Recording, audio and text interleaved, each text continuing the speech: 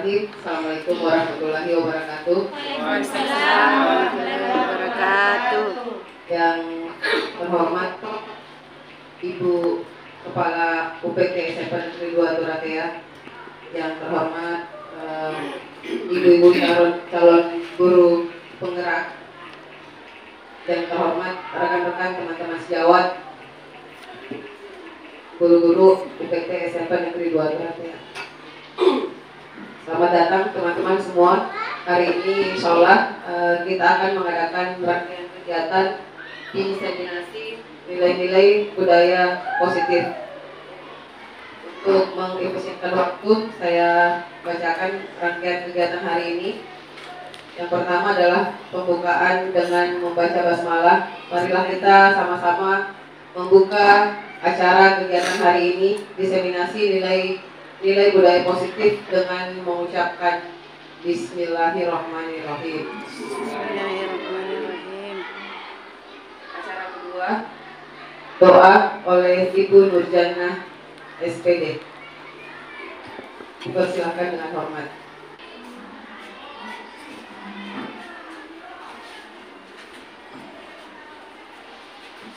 Bismillahirrahmanirrahim. Assalamualaikum warahmatullahi wabarakatuh. Waalaikumsalam warahmatullahi wabarakatuh.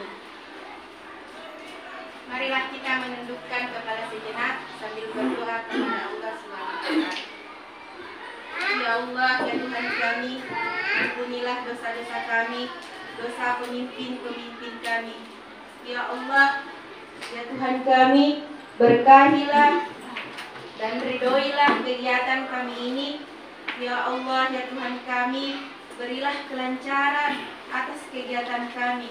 Rabbana atina fid dunya hasanah wa fil akhirati hasanah wa qina adzabannar. Walhamdulillahirabbil alamin.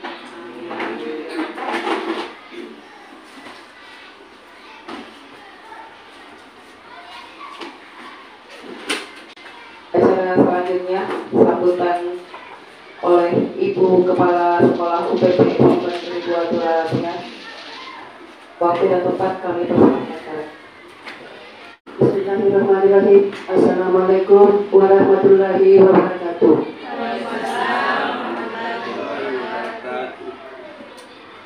Yang kami hormati Ibu Guru SMP Negeri 2 Turatea.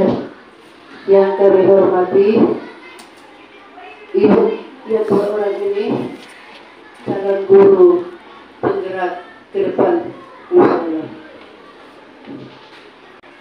Syukur alhamdulillah kita panjatkan kehadirat Allah Subhanahu wa taala, di mana pada hari yang sangat berbahagia ini, tepatnya hari Kamis, ya, kita berkumpul di ruangan guru di SMP Negeri 2 Turatea untuk melaksanakan diseminasi atau mengikuti diseminasi nilai-nilai budaya positif yang diselenggarakan oleh kedua teman kita, yaitu Ibu Wahyuni dengan Ibu Hasbida sebagai calon guru penggerak.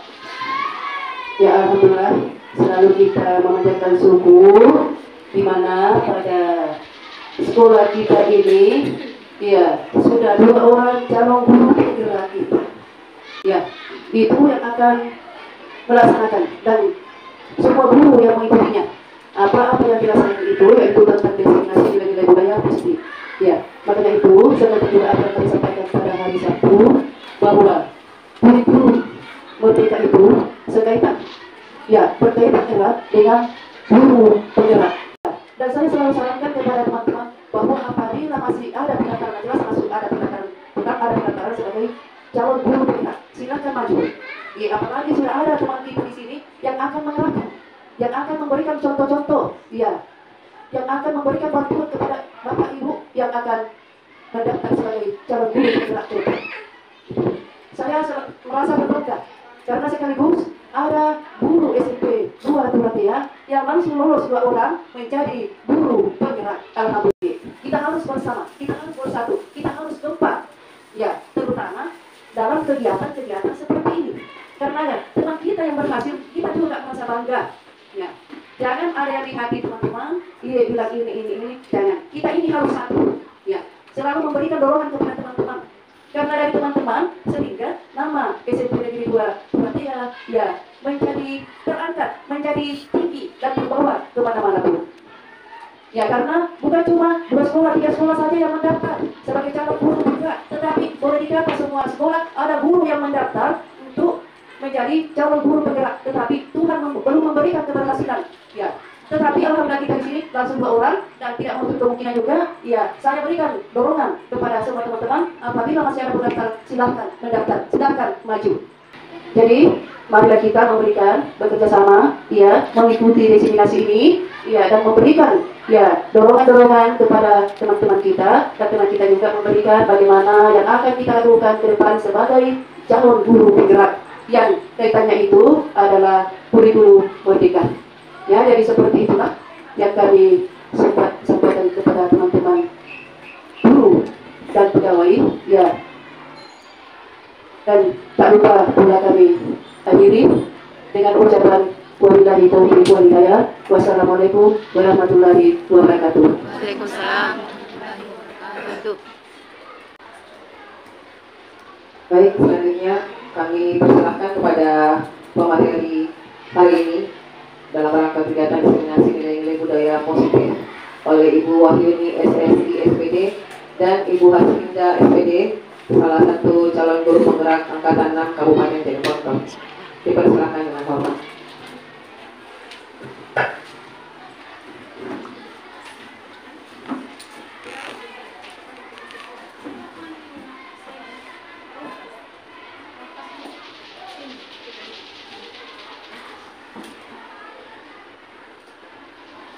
Bismillahirrahmanirrahim. Assalamualaikum warahmatullahi wabarakatuh.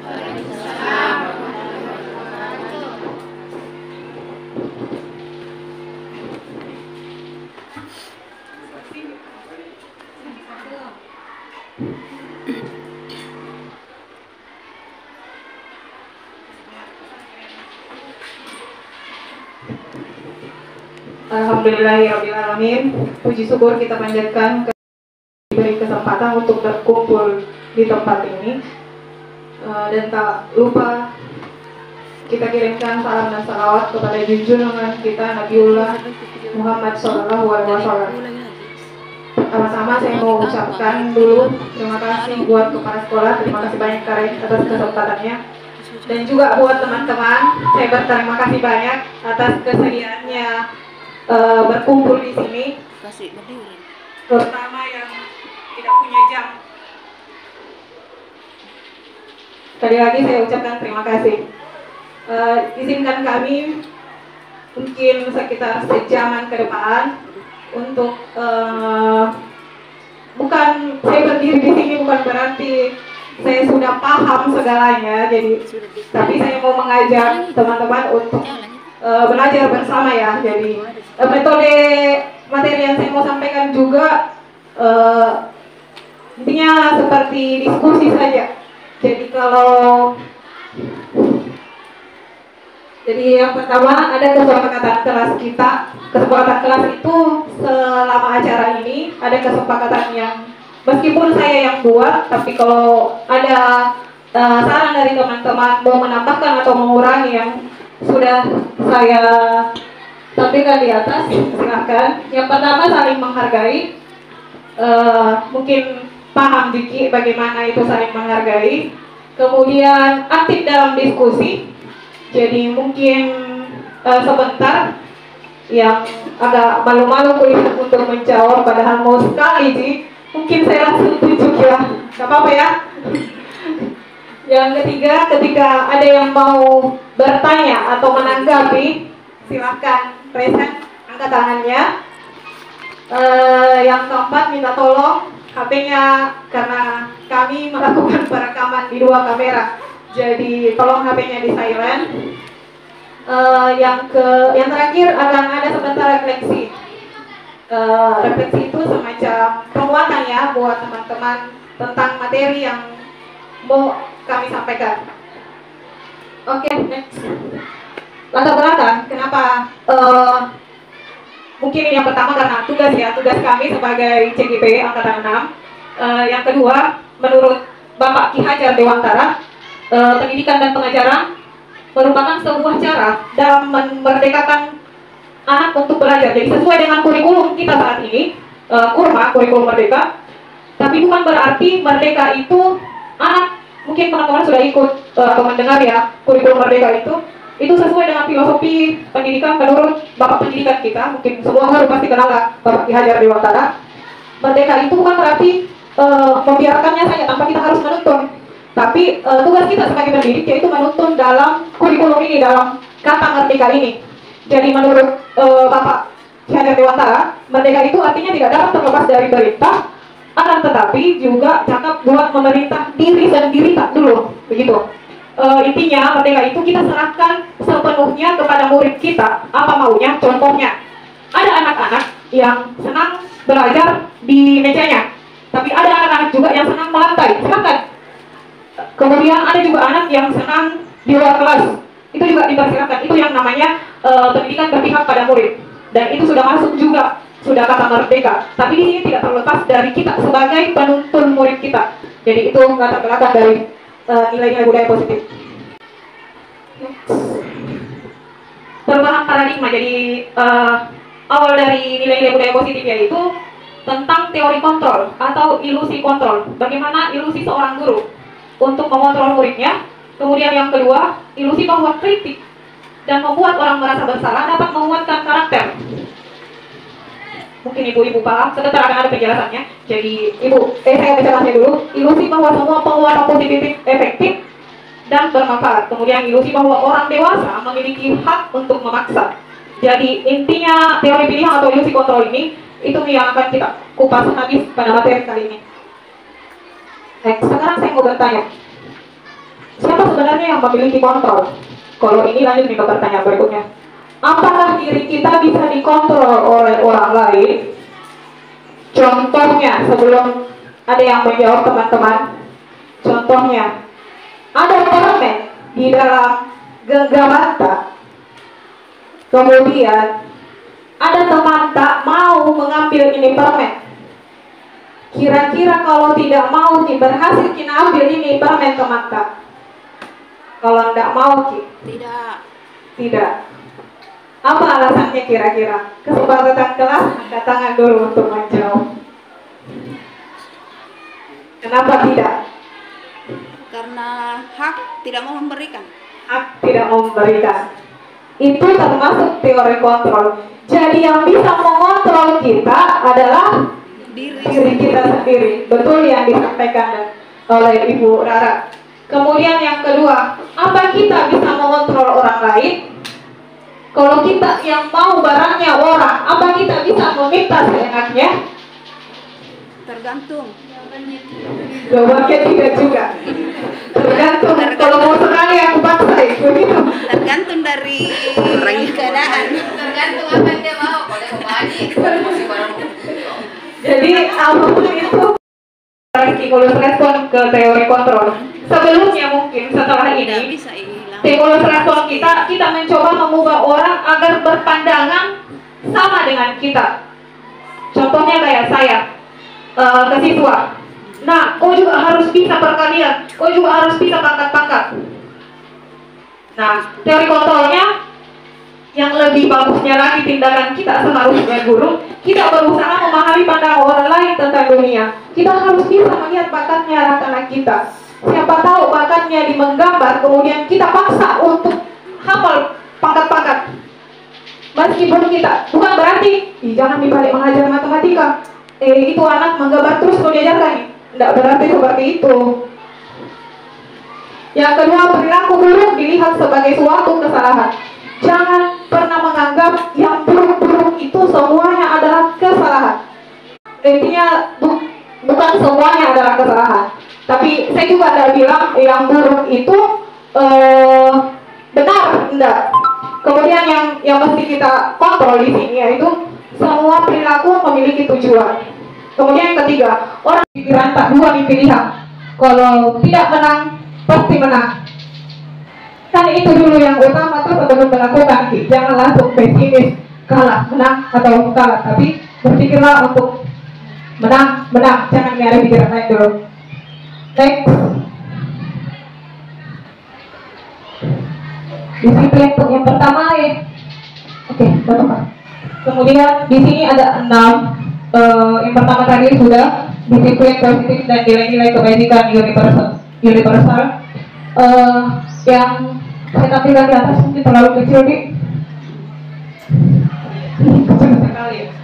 Oke, ini intinya semua ini yang akan kami bahas berdua. Jadi ini cuma kayak rangkumannya tentang disiplin positif menurut teori kontrol Dr. William Blair. Jadi sebentar saya.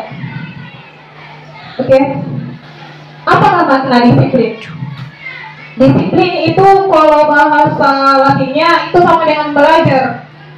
Kalau kita itu disiplin itu seperti ingin dihargai, ingin didengar, seperti itu ya kalau kebiasaan tak mungkin sehari-hari. Namun pada dasarnya nilai-nilai kebajikan universal sama yang tadi tentang disiplin oleh Pak Dr. William Blair pada teori kontrol yang saya bahas tadi. Kemudian 6 di dalamnya dari bertakwa kepada Tuhan yang Maha Esa dan berakhlak mulia, mandiri, bernalar kritis, berkebinekaan global, bergotong royong dan kreatif.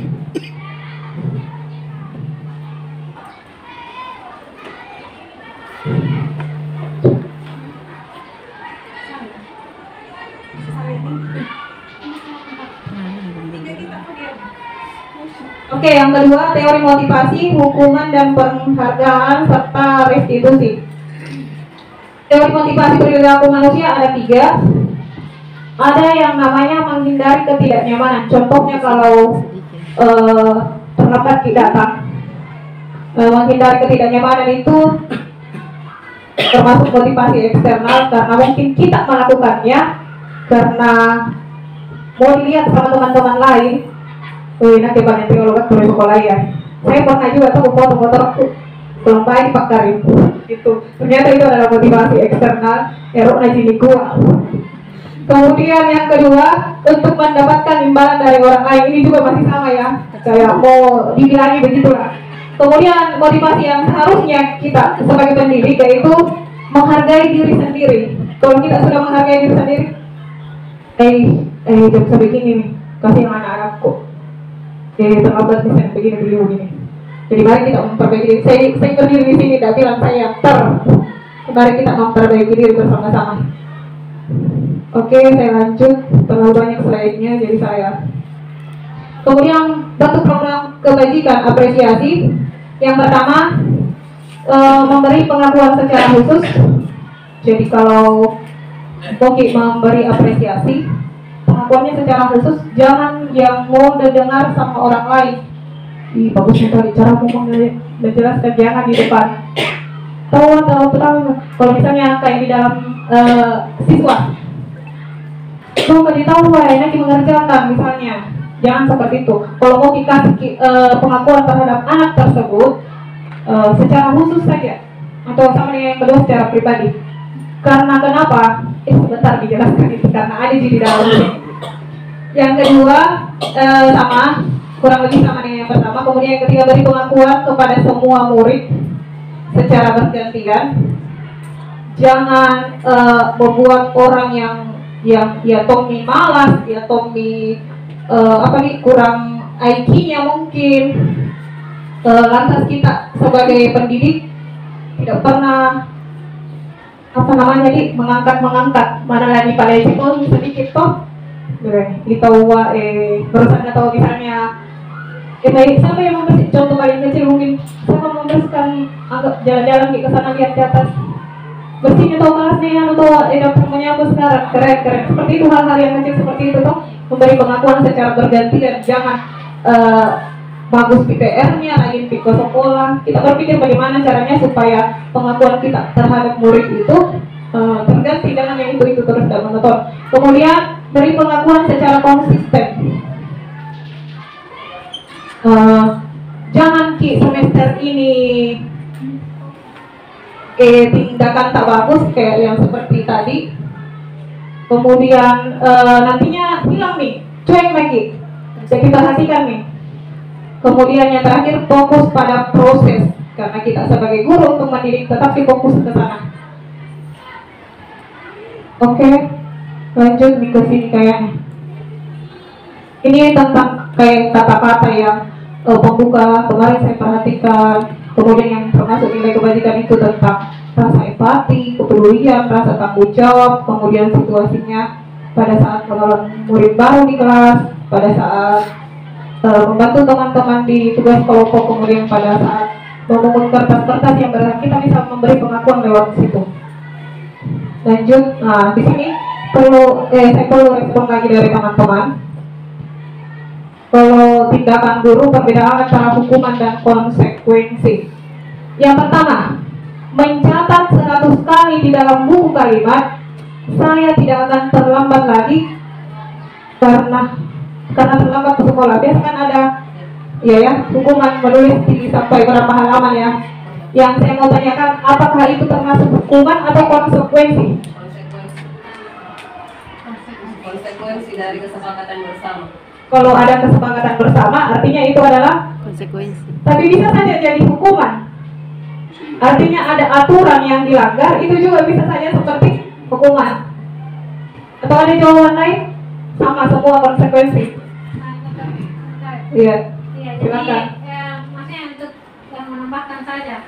Jadi yang dianggap hukuman itu kalau seandainya itu secara spontan, artinya kita tidak sepakati sebelumnya. Itu yang dianggap hukuman. Kalau misalnya kamu berdiri di sudut, karena kamu mungkin main di belakang, kamu berdiri di sudut, itu hukuman. Karena itu spontan, tidak ada kesepakatan sebelumnya. Kalau sudah ada kesepakatan sebelumnya, itulah yang dianggap sebagai konsekuensi. Karena kan sudah disepakati bahwa akan ada akibatnya atas perbuatan yang kita lakukan. Ya itu. Yang kedua, tidak tahu itu udah jauh. Itu maksudnya supaya bisa Betul juga. Lari mengelilingi lapangan basket 2 kali karena terlambat hadir di sekolah. Konsekuensi ketika ada kesepakatan.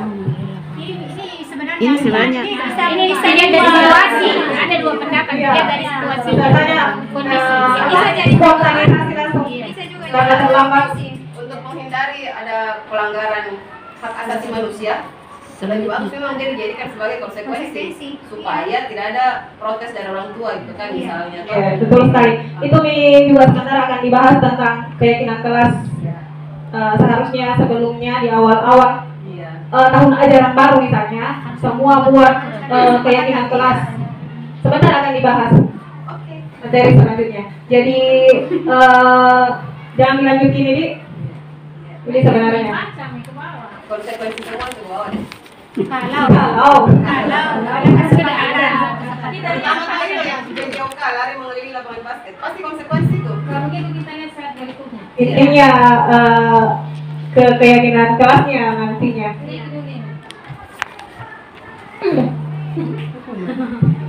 Ini kan kita berbicara tentang belum ada ya keyakinan kelas sebelumnya. Jadi makanya saya bilang tadi kalau ada keyakinan kelas sebelumnya artinya dia termasuk konsekuensi. Tapi kalau spontan saja itu namanya hukuman. Jadi itu bedanya hukuman dengan konsekuensi. Nah, jadi di sini perbedaannya. Kalau hukuman itu sesuatu yang menyakitkan harus terjadi karena kan spontan. Anak-anak nggak pikirkan sebelumnya. Kemudian konsekuensi itu sesuatu harus terjadi. Mereka sudah tahu. Kalau terlambat kali pasti sebentar. Begini kak. Bahasa Inggris ya. Kemudian membuat anak sakit fisik maupun hati untuk jangka waktu yang lama. Sama kayak kami kemarin disuruh bercerita tentang nilai apalagi namanya pengalaman positif dan negatif ya yang membuat sampai sekarang kita sudah menjadi guru. Ada tidak guru yang pernah membuatmu sakit sampai sekarang seperti itu? Kita saja di guru penggerak, di calon guru penggerak ditanya seperti itu, kita tuliskan sebagai tugas. Dan apakah ada guru yang pernah yang kebalikannya yang membuatmu terkesan sampai sekarang seperti itu? Kalau pengalaman saya nggak apa-apa ya cerita. Kalau pengalaman saya karena bahasa Inggris dibilangin sok tahu, sakitnya sampai sekarang. Meskipun untuk ke gurunya alhamdulillah nggak dendam nih, tapi kalau kayak suara-suara sok pintar itu masih terngiang-ngiang sampai sekarang. Dan insya Allah saya tidak akan melakukan itu untuk peserta didik kita di sini. Kemudian yang ketiga, anak membenci kedisiplinan. Ketika ada anak yang sering dihukum, mungkin dia akan jadi musuhnya disiplin. Karena hobi dihukum mungkin seperti itu. Kalau konsekuensi, anak mungkin masih menghargai disiplin. Karena ingat situ bilang saya harus lakukan. Kemudian hukuman itu bersifat paksaan karena kan spontan. Kemudian kalau konsekuensi, stimulus tanggapan. Kemudian berikutnya mendorong anak menyakiti diri sendiri. Kan kalau dihukum lari, otomatis mungkin balik semua. Kemudian yang konsekuensinya mendorong anak agar mudah menyesuaikan diri. Mungkin akan lebih lagi, nah ingat aku lakukan ini deh karena dia apa? Begini kak sebentar, ada konsekuensinya begini sebentar. Kemudian konsep diri yang buruk. Kalau di konsekuensi konsep diri yang baik. Lanjut, anak belajar untuk menyembunyikan kesalahan. Mungkin saja tidak kita lihat, kita lambat kita tidak sih. Jadi membuat anak tidak jujur ya. Kemudian anak kalau di konsekuensi mungkin ada yang ingat keyakinan kelas kita di awal. Marah, rasa bersalah, dipermalukan, merasa tak dihargai. Mungkin itu perasaan anak-anak kita ketika dihukum. Kalau konsekuensi cuma merasa kehilangan hak, dibuat tidak nyaman, diasingkan untuk sementara. Kita bahas awal-awal tentang restitusi. Jadi restitusi itu adalah proses menciptakan kondisi bagi murid untuk memperbaiki kesalahannya. Jadi ini penggantinya sebenarnya yang tadi yang dua, hukuman dengan konsekuensi. Jadi ini yang akan dibahas. Ini mungkin yang akan dibahas agak lama-lama daripada yang lain. Ini ciri-cirinya, ciri-ciri restitusi. Bukan untuk menebus kesalahan, namun untuk belajar dari kesalahan. Sebentar lebih rincinya lagi, saya hanya menyampaikan dulu ciri-cirinya. Kemudian memperbaiki hubungan, karena dengan langkah ini selain hukuman dengan konsekuensi tadi, ini restitusi mungkin bisa jadi solusi buat kita semua. Dan ini ciri-ciri yang memperbaiki hubungan. Jadi mungkin contohnya seperti ini. Kadang ada anak dari tahu bilangi melanggar dari temannya toh yang sumpah deh bu di luar ganti bajunya. Contoh yang paling kecil, yang sumpah nyontek nih. Itu jadi memperbaiki hubungan. Di sini di restitusi ini tidak ada yang seperti itu. Para siswa tadi mau bertengkar gara-gara bangku jamak-jamak seperti itu. Kemudian tawaran atau bukan paksaan, kita menanya apa maunya ini anak, jadi tidak tanpa paksaan sama sekali. Kemudian restitusi menuntut untuk melihat ke dalam diri. Kita tanyakan, sama sebenarnya yang poin sebelumnya, tapi kita lanjut tanyakan lagi. Kemudian restitusi mencari kebutuhan dasar yang mendasari tindakan. Kenapa bisa anak seperti itu? Kita tanya dulu. Kenapa kuliah terlambat dari sekolah ya? Contohnya seperti itu. Kemudian yang keenam, restitusi diri adalah cara yang paling baik.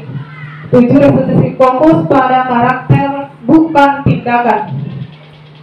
Jadi kita akan lebih mengenali karakternya anak lewat jalan restitusi ini.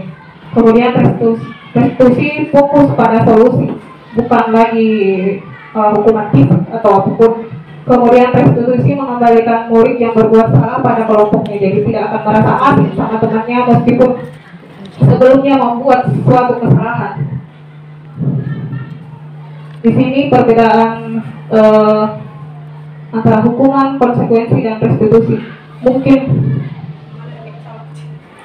sebentar slide-nya bisa di-share ke grup ya teman-teman. Minta maaf. Intinya itu nih tadi perbedaannya, mungkin paham lagi sedikit tuh tentang perbedaan hukuman, konsekuensi dengan restitusi yang mau kita tuntas sebentar. Oke, next lanjut ke CGP Ibu Wahyuni. Silakan.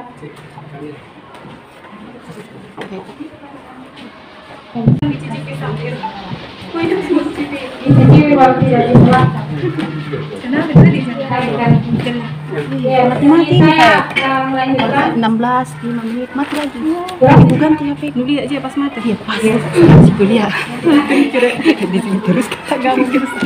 Cukup cita. Lanjutan dari tuntutan itu adalah keyakinan kelas. Nah, salah satu budaya positif yang harus kita jalankan di sekolah itu adalah membuat keyakinan kelas. Jadi tadi sudah dijelaskan bahwa seharusnya di awal-awal semester ketika kita baru masuk di kelas ya. Kalau saya biasanya kalau pertemuan pertama sebenarnya ini sudah dilaksanakan, cuma mungkin karena belum terlalu di dalam ya. Kan kadang disampaikan bahwa kalau kehadirannya harus 80% ke atas ya, seperti itu misalnya. Atau misalnya peraturannya guru harus anak-anak harus lebih duluan dulu masuk di kelas kalau kita gurunya.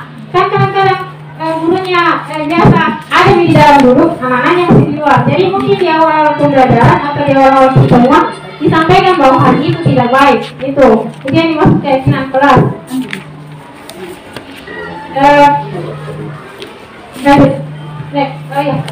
Nah, di sini ditampilkan bahwa ketika dalam sebuah kelas sudah dibuat peraturannya, jadi peraturannya ini kita buat bersama ya. Silakan guru dan murid menyepakati apa yang harus kita atur di dalam kelas.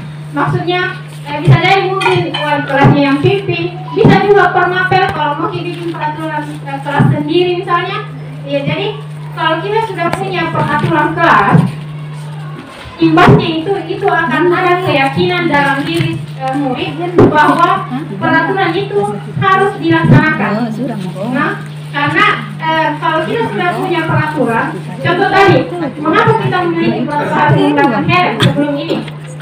Yang sebelum ini, kenapa kita sebenarnya?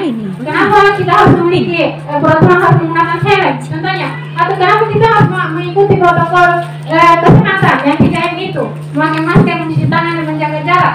Mengapa harus ada peraturan? Karena kalau tidak ada peraturan, kita tidak akan bisa memunculkan apa yang harus kita lakukan dari akibat dari peraturan itu.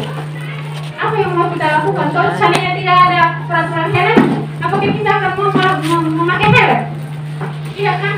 Sama dengan peraturan kelas. Kalau kita sudah menyepakati peraturan di kelas, maka akan ada rasa yang dimiliki oleh murid untuk melaksanakan itu yang kita sepakati bersama. Nah, kalau sudah muncul keyakinan untuk melaksanakan peraturan itu, maka akan muncul lingkungan positif. Artinya, semua murid akan merasa bahwa saya harus ini supaya kelas ini nyaman. Misalnya, peraturannya apa kira-kira? Ada yang pernah menyampaikan peraturan di kelas? Ya, Ibu Nurjana silakan. Oke, terima kasih atas kesempatannya Ibu. Saya itu setiap pertemuan, maksudnya Kak semester 1 kemarin di kelas 3, saya itu buat kontrak belajar. Jadi dia berlaku selama setengah semester. Yang pertama itu Kak, kehadiran minimal 80%. Yang kedua, dikatakan tidak hadir jika sudah diabsen siswa tersebut tidak hadir di dalam kelas. Terus yang ketiga, jika tidak kerjakan tugas maka disuruh menghafal surah-surah pendek karena ini mata pelajaran PAI dan BTQ. Terus yang keempat, saling menghargai sesama teman kelas. Jika melanggar maka diberi hukuman yaitu menghafal doa sehari-hari ataupun bacaan sholat. Yang kelima, jika berkata kotor dalam kelas pun seperti itu. Yang keenam, tidak ada mata pelajaran lain di atas mata pelajaran PAI ataupun BTQ. Artinya dia harus setia dan tidak boleh selingkuh. Terima kasih.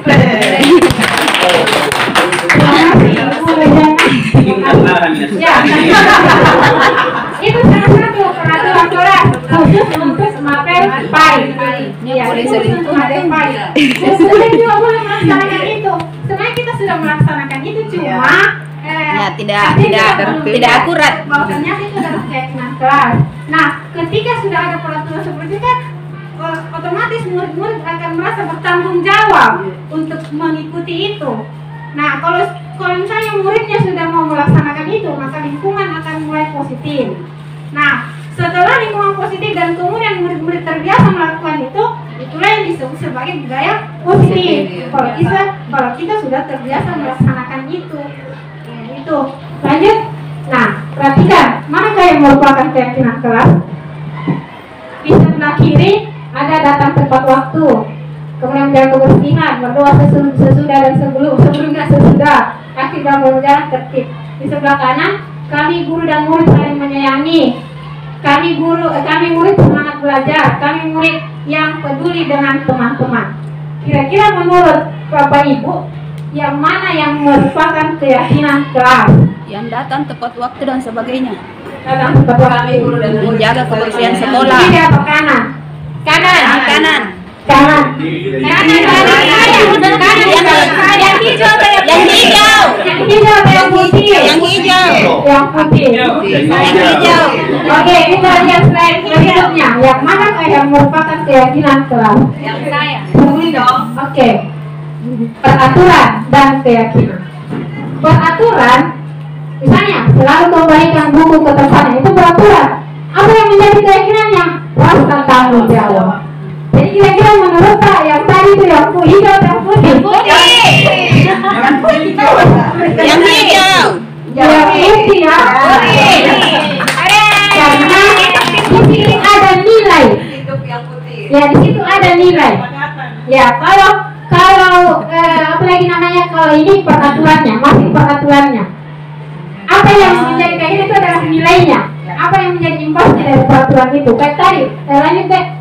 Selalu kembali kamu ke tempatnya. Apa nilainya? Tanggung jawab. Nah, itu yang disebut keyakinan kelas. Lanjut, dilarang mengganggu orang lain. Kalau dilarang kan memang peraturan, jangan tidak begitu ya. Itu peraturan. Tapi apa nilainya? Menghormati orang lain. Saya kira dan selanjutnya bisa dibaca ya, karena waktu. Saya kira bisa ya, bisa? Ya, oke. Artinya sudah ada bayangan. Iya, karena masih banyak. Kita lanjut saja. Kebutuhan dasar manusia. Manusia itu punya kebutuhan ada 5 dasar. Dan yang paling utama itu, lanjut deh. Contoh kasus, Ibu Ambar, guru wali kelas 2A di SD Pelita, sedang bingung menghadapi ulas salah satu muridnya, Doni. Ada di sana juga itu. Ya, beberapa di kelas datang padanya dan mengeluh Doni seringkali meminta bekal makan siang dengan paksa. Jika Anda menghadapi situasi seperti itu Ibu Ambar maksudnya, apa yang Anda lakukan? Menurut Anda, kira-kira apa alasan Doni yang melaksanakan itu? Siapa yang ngajar Doni?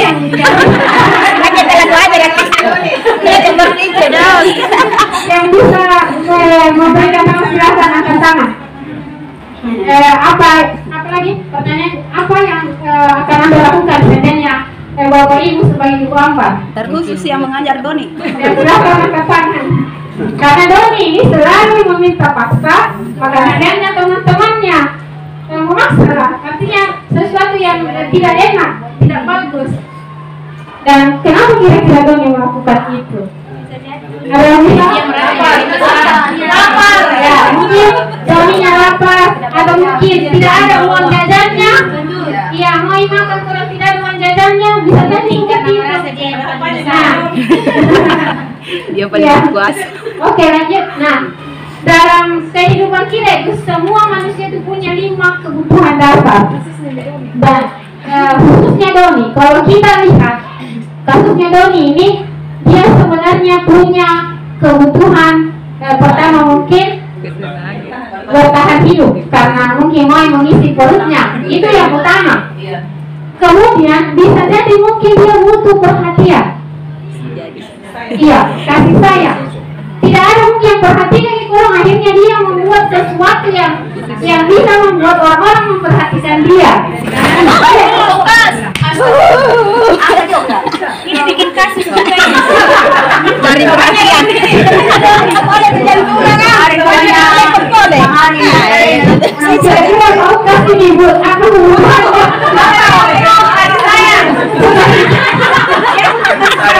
Jangan dibelai kau dong. Jauh istrinya Jauh itu dong.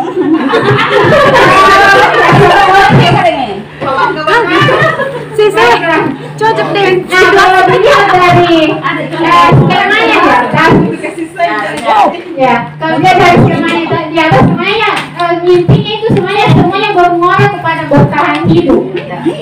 Apakah seseorang butuh kasih sayang, perhatian karena kelanjutan hidupnya? Apakah dia butuh kebebasan? Itu pasti kelanjutan hidupnya, bertahan hidupnya. Ini kira seperti itu ya. Kita lanjut. Oke, restitusi. Nah, ini ada restitusi 5 posisi kontrol. 5 posisi kontrol kita sebagai seorang pendidik. Dalam proses pembelajaran banyak hal yang terjadi, banyak sekali. Kayak tadi nih, kayak Doni itu misalnya. Nah di situ kita punya posisi kontrol ada 5. Ada sebagai penghukum. Nah, kalau di dalam pikirannya kalau disebut penghukum masih ada lembaga mata. Kalau kita seperti ini dihukum, begitu ya. Jadi kalau kita menghukum berarti kita sebagai penghukum. Atau bisa jadi mungkin pada saat itu kita sebagai pembuat merasa bersalah. Pembuat merasa bersalah itu biasa. Aduh lembut di kata-kata yang menyakiti. Itu yang disebut pembuat merasa bersalah. Biasa nggak aja dibilang kere, tapi deh sampai dia selalu hidup diingat. Itu ya. Kemudian yang ketiga sebagai teman. Kan sekarang juga kita bersikap sebagai teman sama anak didik sama murid kita sebagai teman. Kemudian pemantau itu kan kita pahami bersama, kita lihat dulu, kemudian diberikan pertanyaan-pertanyaan yang bisa memancing, yaitu memantau. Kemudian manajer itu kalau manajer kan mengatur, jadi biasa kadang diminta mau sampai mana? Ya, itu minimal pertanyaan. Mau sampai mana? Manajer. Nah, ada pertanyaan. Saya kecewa sekali dengan kamu. Posisi kontrol apa itu dari 5 itu? Saya kecewa dengan kamu. Apakah penghukum? Pembuat salah. Ya, pembuat. Oke. Terus kamu tidak pernah benar melakukan itu. Kamu tidak pernah benar melakukan itu. Apakah penghukum? Pembuat merasa bersalah? Pembuat merasa bersalah. Pemantau atau manajer? Membuat merasa bersalah. Oke. Ayolah. Kamu tidak bukan demi ibu bapak. Ayolah. Ayolah, manajerial apa teman? Ayolah. Ini semuanya teman. Ya, bahasa teman. Ayo teman. Begitu kan? Teman. Kemudian bagaimana? Apakah kamu mendapatkan stiker bintang hari ini? Nah, apakah kamu mendapatkan stiker bintang hari ini? Memantau. Karena cuma ditanyakan. Bisa jadi mungkin selesai di pesta. Nah, itu kan memantau. Selesai di pesta. Nah, apa kita di rumah tak? Nah, itu memantau. Bagaimana kamu bisa menyelesaikan masalah ini? Manajer itu. Manajer. Betul sekali. Bagaimana kamu bisa menyelesaikan? Lanjut, kamu selalu paling yang terakhir. Apa? Merasa bersalah. Apa jawabannya? Ada jawabannya nggak? Tidak. Tapi kan kita sudah paham apa yang 5 itu ya. Ini adalah contoh perbuatan guru yang mana sebagai penghukum. Contoh kalau guru berbuat sebagai penghukum, menghardik, menunjuk, menyakiti. Dia membuat merasa bersalah, berceramah menunjukkan kecemasan atau menunjukkan kesalahan siswa, merasa bersalah. Kemudian teman membuatkan alasan-alasan untuk murid-muridnya. Jadi kan bagaimana supaya dia merasa nyaman dengan kita. Kemudian pemantau, menghitung dan menghukum. Karena kita memeriksa melihat apa kegiatannya murid ini. Ya, karena selalu ditanyakan sampai di mana nih, sampai di mana tugas selesai nih. Mengajukan siswa untuk melakukan sesuatu. Nah, lanjut hasilnya dibawa. Kalau sering dihukum biasanya muridnya jadi pemberontak yang dibawa. Dan terakhir hasilnya kalau guru selalu menjadi penghukum biasanya siswa jadi pemberontak. Kemudian kalau selalu dikasih bahasa-bahasa yang membuat dia merasa bersalah, maka mereka akan berusaha menyembunyikan kesalahannya. Kenapa? Katanya menyerang. Iya. Nah, kemudian teman. Kalau kita berfungsi sebagai teman, maka murid-murid akan merasa tergantung dengan kita. Nah, jarang ada guru yang bisa jadi teman. Mahasiswa itu akan lebih hanya 1-2 orang yang Iya. dengar. Iya, semua guru dia mau dengarkan. Kemudian kalau kita sebagai pemantau itu menyelesaikan bila diawasi. Nah, kalau kita sebagai yang dipantau sendiri, yang terakhir adalah segitiga restitusi. Nah, ini sebenarnya inti dari budaya positif yang kami bawakan hari ini, bahwa dalam proses segitiga restitusi, ketika kita menemukan kasus dalam kelas, dalam pembelajaran itu, ada hal-hal yang harus kita lakukan untuk menghadapi itu. Jadi ada 3, namanya segitiga, berarti ada 3 sisi. Yang pertama itu validasi kebutuhan. Validasi kebutuhan itu ketika ada siswa yang bermasalah, kayak validasi kebutuhan menanyakan keyakinan. Kalau misalnya ada kayak Doni tadi ya, iya kan bisa di segitiga restitusi itu ditanya, apakah sebenarnya kenapa kamu lakukan ini? Kenapa kamu melakukan ini? Apa alasanmu? Kan tadi dibilang pasti ada alasannya Doni melakukan itu. Pasti. Dan kita sebagai guru harus ditanyakan itu. Jangan langsung bilang eksekusi saja. Ditanya dulu, kenapa kamu melakukan itu? Kalau ada seorang murid yang melakukan sesuatu yang tidak kita inginkan, tanyakan dulu, divalidasi. Apa yang kamu inginkan saat itu? Misalnya, kalau saya tidur berapa? Kenapa selalu tidur? Kenapa selalu kehilangan anu? Kenapa selalu terlambat tidur? Apa kita jawab gitu? Yang seperti itu yang harus ditanyakan dulu. Jangan langsung. Kemudian yang langkah kedua menanyakan keyakinan. Menanyakan keyakinan itu ditanyakan, apakah sikap itu betul atau tidak? Apakah ini sesuai dengan keyakinan tak di kelas? Apakah ini melanggar peraturan tak? Nah, pasti menjawab tidak Bu. Kan harus misalnya, kan harus aktif dalam kelas, harus mengikuti pembelajaran dengan baik. Nah, kemudian setelah itu baru ditanyakan solusinya. Apa yang kalian bisa lakukan untuk memperbaiki ini? Misalnya tidur apa kira-kira solusinya ini Doni? Supaya tidak selalu tidur di kelas. Ini contohnya, misalnya bilang cepat tidur Bu. Iya. Tidak begadang lagi, tidak main game lagi, itu contoh. Lanjut. Ini, tadi saya sudah jelaskan, menghasilkan identitas. Untuk membuat anak merasa gagal karena berbuat salah, ditanyakan kenapa kita berbuat seperti itu. Tadi apa alasan tak? Tadi Doni merebut makanannya temannya, apa alasan tak? Kenapa kita rebut?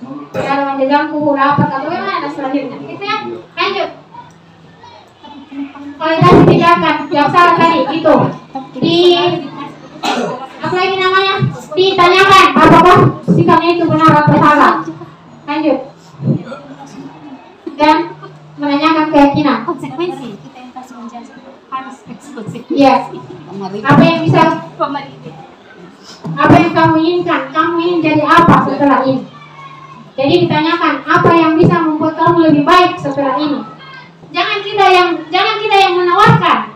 Artinya jangan gurunya yang bilang kamu harus begini, kamu harus begini. Kan tadi tidak boleh memaksakan. Jadi muridnya diminta, kamu maunya apa untuk memperbaiki ini?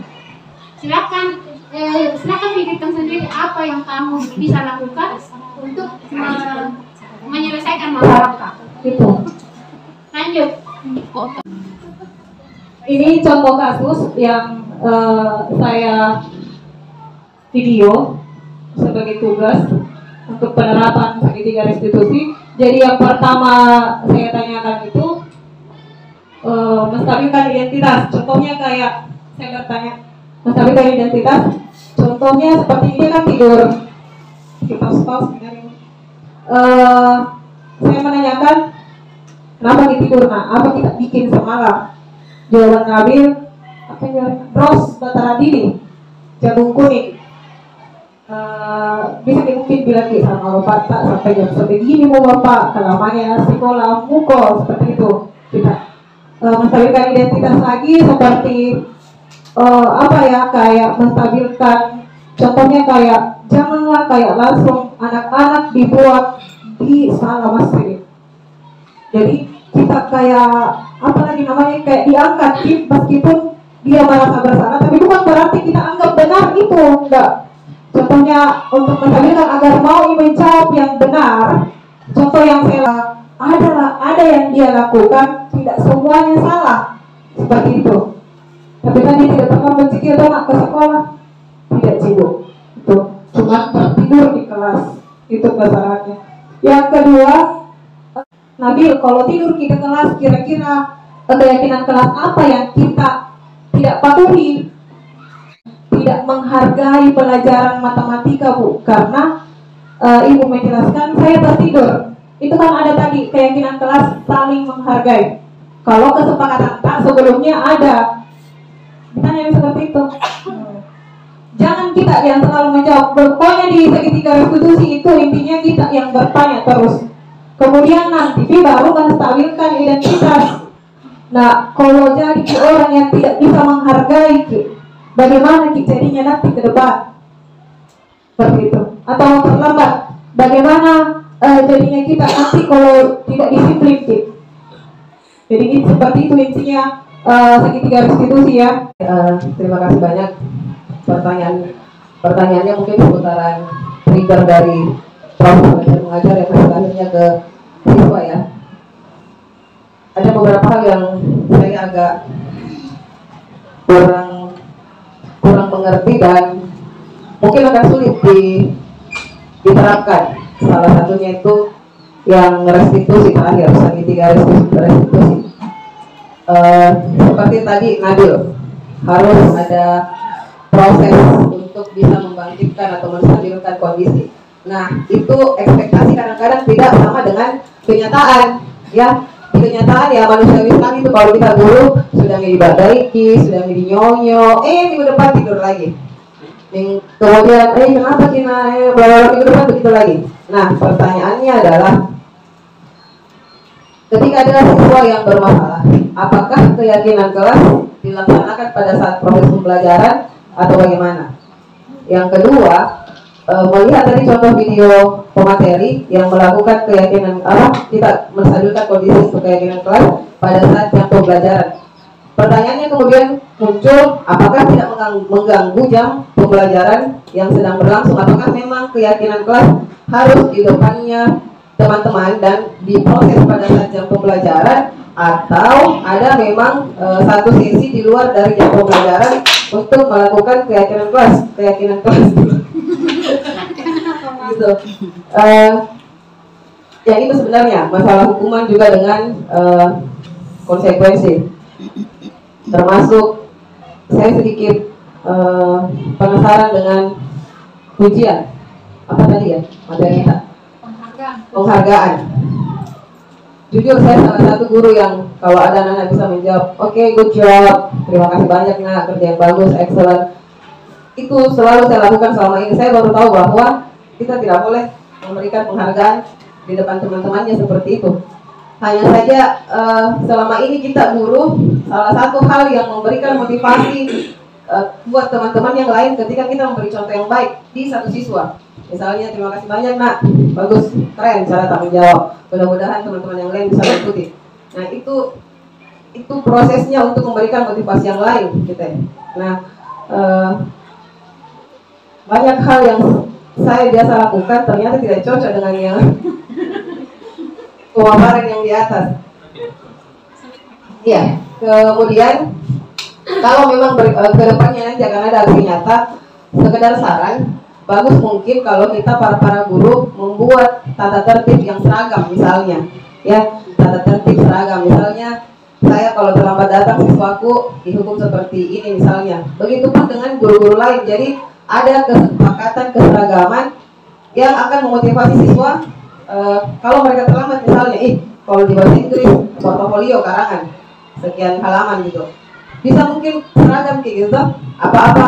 Apa konsekuensi dari kesepakatan kelas yang kita seragamkan bisa memacu motivasi anak-anak untuk jauh lebih baik dari sebelumnya. Jadi mungkin itu seperti itu, mungkin saya kalau aksi nyata untuk di semester genap bisa mungkin kita bicarakan. Yang pertama itu tata tertib yang seragam.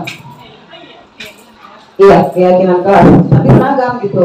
Maksudnya seragam visi kita, iya, tujuannya seragam, maksudnya tujuan akhirnya kembali untuk ke siswa gitu. Seperti itu mungkin sekadar saran dan beberapa pertanyaan tadi mengenai segitiga restitusi. Terima kasih.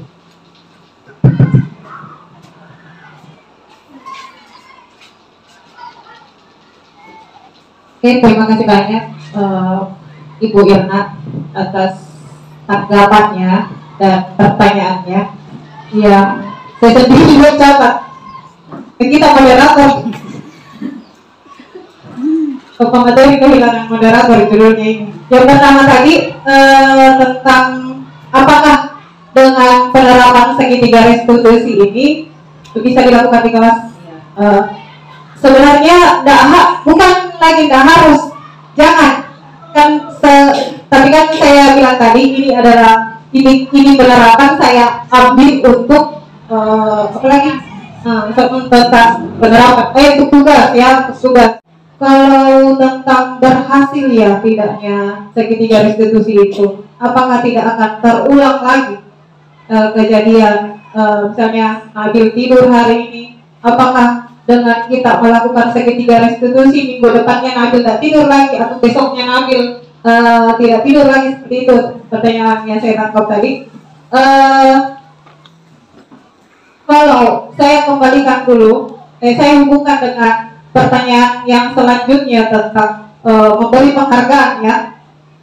Saya mau hubungkan, saya pernah pribadi siswa kan kalau agak tahu matematika dalam satu kelas bisa dihitung mungkin 1-2 orang. Kalau lebih dari 3 orang saya sangat bersyukur kalau ada yang lebih dari 3 orang tahu matematika dalam satu kelas. Tapi ketika saya selalu hanya menyanjung murid tersebut, ternyata minatnya dari kelas 8, misalnya saya ajar ini anak dari kelas 8, dia kan kalau di tangga itu dia akan menurun. Contoh kecilnya yang baru saja itu Fikri dan anak waliku sendiri. Waktu kelas 8 sering saya puji. Pintarnya kali-kali sekali. Itu yang pengalaman pribadi saya ketika sama juga, gak usah jauh-jauh kan. Tias itu menurun juga. Kelas 8 jago banget matematika. Satu kali contoh langsung naik. Kelas 9 aku paksa gitu. Saya ikut kerja nih, kan masa ibu terus mau mengerjakan, capek kan? Aku besok naik. Gitu aku bilang. Jadi dia itu akan menurun. Tanyakan ke diri kita sendiri. Ada siswa yang selama ini kita sanjung, itu contoh itu masa nggak bisa mau kayak begitu? Pelajari dari pengalaman tak. Begini sih tangganya. Meningkat jika kita selalu sanjung. Kalau saya pengalaman pun tidak ada bisa saya temukan. Jujur, saya kembalikan ke segitiga restitusi. Saya kan bilang saya juga baru mendapatkan. Tapi alangkah baiknya marilah kita sama mencoba. Karena pengalaman untuk menyanjung, memberi reward itu tidak ada sama sekali. Membuat motivasi belajar anak itu seperti tangga jalannya turun, tidak meningkat. Itu yang saya alami pribadi sebagai guru matematika. Mungkin Ibu Hakim mau menambahkan, silakan. Terima kasih Ibu Hakim. Ya, jadi saya hanya menambahkan sedikit. Tadi Ibu Irna sempat menanyakan tentang penghargaan atau usia. Jadi saya juga mengalami ini baru-baru di kelas 7. Selama saya mengikuti pendidikan guru penggerak itu, saya membiasakan diri untuk melakukan refleksi. Artinya kita menanyakan bagaimana situasi perasaan siswa setelah pembelajaran. Jadi waktu itu kemarin saya lakukan saya suruh anak-anak silakan menuliskan atau menggambarkan bagaimana perasaan Pak selama mengikuti pembelajaran Ibu Ayu ini. Nah, mereka menuliskan di kertas lembar. Saya kumpul tanpa identitas sebenarnya. Tapi karena anak ini pertama sekali mengumpulkan, saya sempat baca dan saya tahu bahwa ini orang-orangnya. Dia menuliskan bahwa saya sedih karena kurang diperhatikan. Ternyata dia katanya iri dengan temannya, salah satu temannya yang selalu diperhatikan sama gurunya. Jadi saya merasa oh ternyata ya Allah, ternyata ini anak kurang mau diperhatikan. Nah itu salah satu hubungannya dengan tadi Kak. Karena mungkin karena salah satu siswa atau murid yang kita ajar itu sangat disukai, sehingga fokus hanya ke situ, sehingga siswa yang satunya merasa diabaikan. Dia merasa sedih, dan saya tahu bahwa ini orangnya mestinya tidak tuliskan namanya. Dan itu salah satu yang membuat kenapa ujian penghargaan itu sebenarnya dilarang. Ya, jadi sangat berpengaruh sama siswa lain karena rasa iri itu memang ada yang saya itu. Kemudian yang kedua tentang keyakinan kelas. Keyakinan kelas kan sebenarnya artinya kita sudah mau melaksanakan itu. Nah, sebaiknya itu memang keyakinan kelas ditempel di kelas. Setiap kelas itu membuat satu poster atau apakah wali kelas mungkin bisa menuliskan cukup saja anunya saja. Apalagi namanya kertasnya saja tempel kertas kosong, baru anak-anak sendiri menempelkan kayak itu yang kertas warna-warninya itu. Iya, sticky note. Disuruh siswa menempelkan isu apa yang mereka inginkan, apa yang bisa kita sepakati bersama. Itu salah satu caranya membuat keyakinan kelas. Jadi kalau tentang kesepakatan itu bisa dibicarakan memang apa yang kita mau sepakati, tapi sebaiknya setelah disepakati harus ditempel di kelas supaya murid selalu melihat itu. Ya, saya kira itu tambahan dari saya. Terima kasih. Terima kasih banyak pemateri khusus di seminar nilai-nilai budaya positif untuk hari ini. Harapan dan keinginan kita bersama, semoga kegiatan hari ini mampu kita pahami tentang nilai-nilai budaya positif. Kemudian yang paling utama adalah kita sebagai guru mampu merancang dan berkontribusi untuk menciptakan nilai-nilai budaya positif yang akan kita kembangkan di insya Allah di semester berikutnya. Mungkin seperti itu keinginan kita bersama, Karet, Ibu materi. Terima kasih banyak atas kehadiran Tak. Mohon dimaklumi kepada kesalahan salah kata selama saya mewakili. Terima kasih banyak, semoga bernilai ibadah buat kita semua. Wabillahi taufiq wal hidayah. Wassalamualaikum warahmatullahi wabarakatuh.